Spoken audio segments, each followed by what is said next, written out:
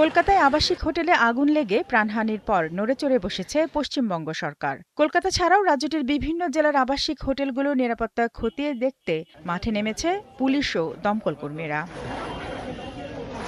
এদিকে কলকাতার medical college হাসপাতাল পুলিশ মর্গে চলছে নিহতদের ময়নাতদন্ত।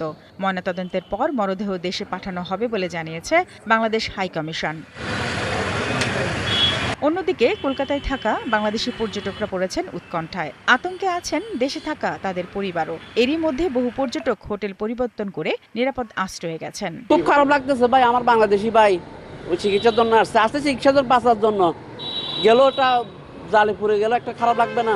হোটেলগুলোর অবস্থা নোংরা অনেক, মানে আগুন টাগুন লাগলে বেরোবার ব্যবস্থা না আগুন টাগুন লাগলে ওখানে মোয়া হয়ে যাবেন, যেখানে আছে ওখানে মোয়া হয়ে যাবেন। আমরা তো আসছি ট্রিটমেন্টের জন্য না, আমাদেরকে তারা তো ভিসা দিয়েছে, আমাদেরকে আমন্ত্রণ জানিয়েছে আসার জন্য।